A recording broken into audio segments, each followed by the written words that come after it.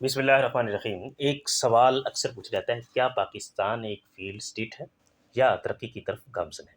इस चीज़ का हम एक डिटेल्ड एनालिसिस करते हैं इस वीडियो के अंदर। इसमें हम देखेंगे पाकिस्तान कैसे एक फ़ेल्ड स्टेट तस्वुर की जाती है कुछ लोगों के द्वारा, और कैसे ये एक तरक्की याफ़्ता स्टेट बनने की तरफ जा सकती है या जा रही है। इसके अंदर हम पहले तो इस क्वेश्चन का इंट्रो देखेंगे और फिर उन फैक्टर्स को देखेंगे जिनकी वजह से ये लगता है कि पाकिस्तान एक फ्रेजाइल स्टेट है। देन उन फैक्टर्स को देखेंगे जिनकी वजह से ये प्रूव होता है कि पाकिस्तान एक फेल्ड स्टेट नहीं है, और फिर पाकिस्तान के अंदर मौजूद उन पोटेंशियल्स को देखेंगे जिनको यूटिलाइज करते हुए पाकिस्तान को one of the leading countries में शामिल किया जा सकता है। अच्छा जी, सबसे पहले ये जो क्वेश्चन है ये क्यों उठाया जाता है, किन फैक्टर्स की बेस पे उठाया जाता है, कौन लोग इस क्वेश्चन को उठाते हैं, इसको देखते हैं।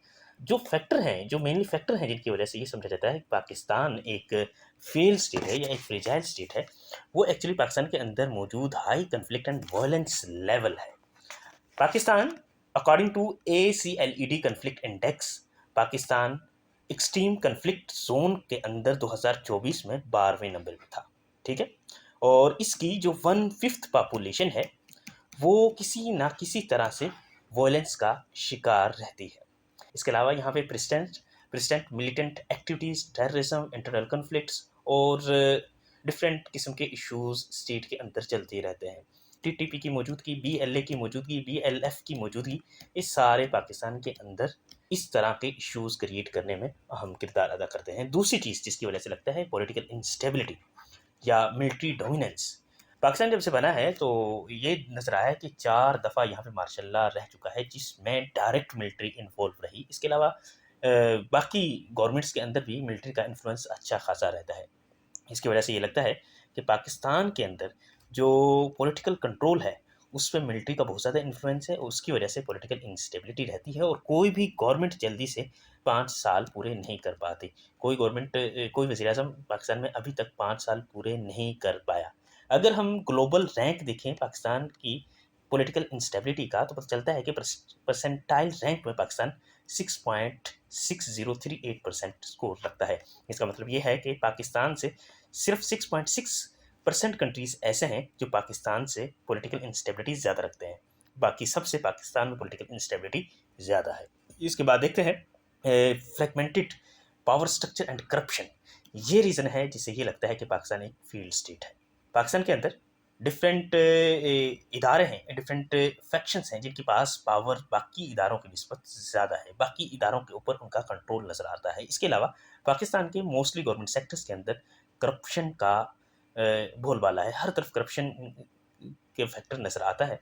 और ये इसके बाद इकोनॉमिक क्राइसिस है पाकिस्तान के अंदर। पाकिस्तान हमेशा से ही माशी तंगी की सूरत हाल में रहता है और पाकिस्तान पे जो कर्ज है वो बढ़ता जाता है। पाकिस्तान एक जो फाइनेंस मिनिस्ट्री है पाकिस्तान की, उसने नेशनल असेंबली को इन्फॉर्म किया कि पाकिस्तान का जो डोमेस्टिक एंड एक्सटर्नल डेब्ट है वो 75.3 ट्रिलियन डॉलर तक जा पहुंचा है। 75.3 ट्रिलियन डॉलर का फेब 2025 की ये बात है। इसके अलावा पाकिस्तान में बैलेंस ऑफ पेमेंट के इश्यूज रहते हैं और फॉरेन करेंसी रिजर्व्स जो हैं वो कम से कम होते रहते हैं, और tax to GDP ratio Pakistan का बहुत कम है। IMF के ऊपर पाकिस्तान का बहुत ज़्यादा रिलायंस रहता है जिसकी वजह से पाकिस्तान को बड़ी मुश्किलात का सामना करना पड़ता है। अच्छा जी, इसके अलावा पुअर पब्लिक सर्विसेज और इंफ्रास्ट्रक्चर है जिनकी वजह से पाकिस्तान को सफ़र करना पड़ता है। पाकिस्तान में एक अंदाजे के मुताबिक जो इलेक्ट्रिसिटी की एक्सेस है वो सिर्फ 5.4% लोगों को थी। अब 2023 में 95+% लोगों को आ चुकी है इलेक्ट्रिसिटी की एक्सेस, लेकिन अभी भी बहुत से ऐसे घराने हैं, ऐसे इलाके हैं जहाँ पे बिजली अभी तक नहीं पहुँची है, स्पेशली रूरल एरियाज़ में बहुत से पाकिस्तान के, खासकर बलूचिस्तान के एरियाज़ के अंदर। अच्छा जी, दूसरा human rights and rule of law के हवाले से पाकिस्तान बहुत पीछे है। स्पेशली अगर जेंडर के हवाले से देखा जाए तो पाकिस्तान 146 कंट्रीज़ में 145 नंबर पे है according to gender parity index of 2024 के मुताबिक। अच्छा जी, इसके अलावा रूल ऑफ लॉ में भी पाकिस्तान अच्छा खासा सफ़र करता है। इसी वजह से पाकिस्तान में पॉलिटिकल इंस्टेबिलिटी भी नज़र आती है रूल ऑफ लॉ के ना होने की वजह से। और भी फ्रेजाइल स्टेट इंडेक्स जो देखे जाए तो उनके अंदर भी पाकिस्तान का जो स्कोर है 91.7 है, जो कि ग्लोबल एवरेज से बहुत ज़्यादा है। 64.56 है average state index score fragility के हवाले से। पाकिस्तान का 91.7 है, जो बहुत ज़्यादा है, और इसकी वजह से ये लगता है कि पाकिस्तान जो स्टेट है एज अ स्टेट फेल हो रही है। अच्छा जी, इसके बाद डेमोग्राफिक एंड सोशल प्रेशर्स को देख रहे हैं। पाकिस्तान की आबादी जो है वो 25 करोड़ तक गई है और ये दुनिया का 5वां बड़ा आबादी के लिहाज से मुल्क बन चुका है, और ये समझा जा रहा है कि कुछ अर्से के बाद पाकिस्तान तीसरी बड़ी पॉपुलेशन वाला कंट्री बन जाएगा। इसके अलावा बहुत से सोशल इश्यूज पाकिस्तान को पेश आ रहे हैं, जिनमें अनएम्प्लॉयमेंट, पॉवर्टी, ईटीसी, और वो पाकिस्तान की स्टेट के ऊपर अच्छा खासा प्रेशर डाल रहे हैं।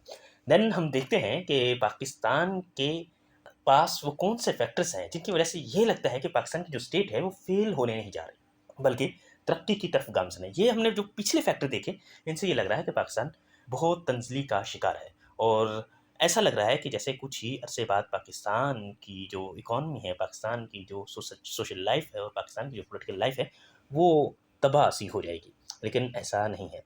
अगर हम देखें इकॉनमी की स्टेबलाइजेशन को देखें, तो हमें पता चलता है कि पाकिस्तान की इकॉनमी में इम्प्रूवमेंट नज़र आई है, क्योंकि 2024 के अंदर जो जीडीपी ग्रोथ थी 2.5% थी, और अब 2025 के अंदर ये एक्सपेक्ट की जा रही है 2.6% से 2.7% तक। इसके अलावा इन्फ्लेशन जो है पाकिस्तान में पहले 28.8% थी, जो डबल डिजिट में थी, और 2025 के अंदर ये 7.2% तक हो गई है। इसके अलावा बाकी फिजिकल डेफिसिट के हवाले से बात की जाए तो ये भी पाकिस्तान में फिजिकल डेफिसिट भी पहली दफ़ा पाकिस्तान का पॉजिटिव में गया है, और ये भी एक अच्छा कदम है माशी हालत के हवाले से। देन पॉजिटिव एक्सटर्नल सेक्टर्स की परफॉर्मेंस को देखें तो पाकिस्तान का जो करंट अकाउंट सरप्लस है वो 1.21 बिलियन देखा गया है हाफ ऑफ 2025, और ये पहली दफ़ा, काफ़ी अर्से बाद पहली दफ़ा हुआ है कि ये प्लस में गया है। ठीक हो गया।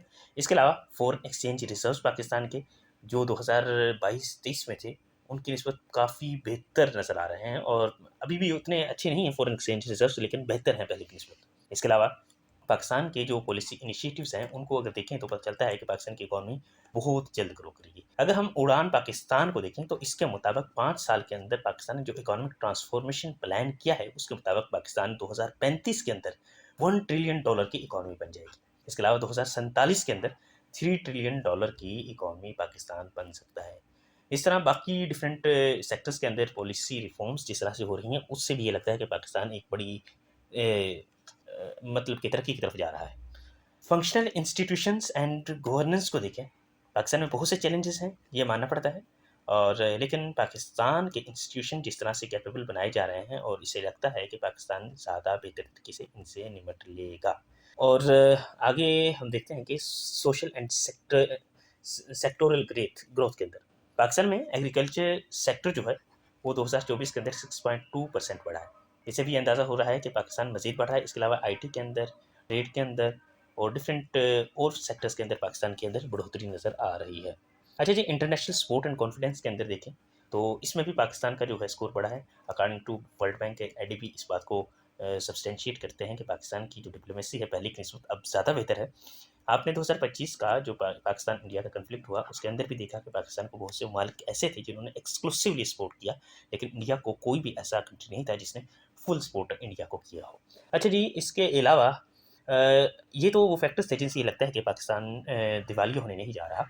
वो वाला फैक्टर जिनको यूटिलाइज़ करके पाकिस्तान को हम मज़ीद बेहतर स्टेट बना सकते हैं, जो पोटेंशियल पाकिस्तान के अंदर एग्जिस्ट करते हैं। अच्छा जी, एक तो इस पाकिस्तान की स्ट्रेटजिक लोकेशन है। पाकिस्तान की स्ट्रेटजिक लोकेशन इसका बहुत इम्पोर्टेंट पोटेंशियल इसको प्रोवाइड करती है। पाकिस्तान जो है ये South Asia, Central Asia, Middle East, इन सारे रीजन्स को कनेक्ट करती है। इसके अलावा पाकिस्तान के पास अरेबियन सी है, साथ गवादर पोर्ट है। इनके थ्रू पाकिस्तान एक बहुत बड़ा ट्रेड हब बन जाता है। जियोपॉलिटिकली चाइना, इंडिया, ईरान और अफगानिस्तान, इन सब के लिए पाकिस्तान की बड़ी इंपॉर्टेंस है। इसलिए स्टीव कोहन कहता है कि पाकिस्तान की जो जियोग्राफी है ना, पाकिस्तान के लिए एक बहुत बड़ा एसेट है। लाइबिलिटी भी बन जाती है, क्योंकि यहाँ पे डिफरेंट किस्म के एथनिक कन्फ्लिक्ट्स होते हैं, और दुनिया के इंटरेस्ट इधर आते हैं, जो ग्लोबल पावर्स हैं, उसकी वजह से यहाँ पे पॉलिटिकल इंस्टेबिलिटी भी रहती है। लेकिन इस जियोग्राफी का फ़ायदा ज़्यादा है। इसके अलावा डेमोग्राफिक एडवांटेजेस भी हैं। चाइना ने अपनी आबादी को, जो उसकी आबादी थी, उसको सही यूटिलाइज़ किया, और उसके थ्रू ही उसने तरक्की की। पाकिस्तान की आबादी ज़्यादा है, इसको हम बहुत समझ रहे हैं। अगर इसका सही से जो इस्तेमाल किया जाए तो इसका फ़ायदा भी हो सकता है। पाकिस्तान की जो पॉपुलेशन है वो एक्सपेक्ट की जा रही है कुछ अर्से के बाद कि ये दुनिया का 3rd मोस्ट पॉपुलस कंट्री बन जाएगा by the end of this century. ठीक है, 500 मिलियन से ज़्यादा इसकी आबादी होने के चांसेस हैं। इस आबादी को हमें कहाँ पे यूटिलाइज़ करना चाहिए? पाकिस्तान की आबादी को अगर देखा जाए तो इसके अंदर जो 65% लोग हैं वो अंडर 30 हैं। यंग पॉपुलेशन है पाकिस्तान की मोस्टली। इस यंग पॉपुलेशन को हम ज़्यादा अच्छे तरीके से यूटिलाइज़ कर सकते हैं, ठीक है? इसी फैक्टर की बेस पे पाकिस्तान के हवाले से ये जो है Mark Andre Francis former UNDP के डायरेक्टर थे। इन्होंने पाकिस्तान की फ्यूचर को ताबनाक और रोशन करार दिया है सिर्फ पाकिस्तान की बेहतर यंग पॉपुलेशन की वजह से। इसके अलावा अगर हम इकोनॉमिक पोटेंशियल को देखें, इसके हवाले से मैं पहले बात कर चुका हूँ उड़ान को लेके। उड़ान जो है 1 ट्रिलियन डॉलर की इकोनॉमी प्रोवाइड करने जा रहा है 2035 के अंदर और 2047 के अंदर 3 ट्रिलियन डॉलर की। ठीक है?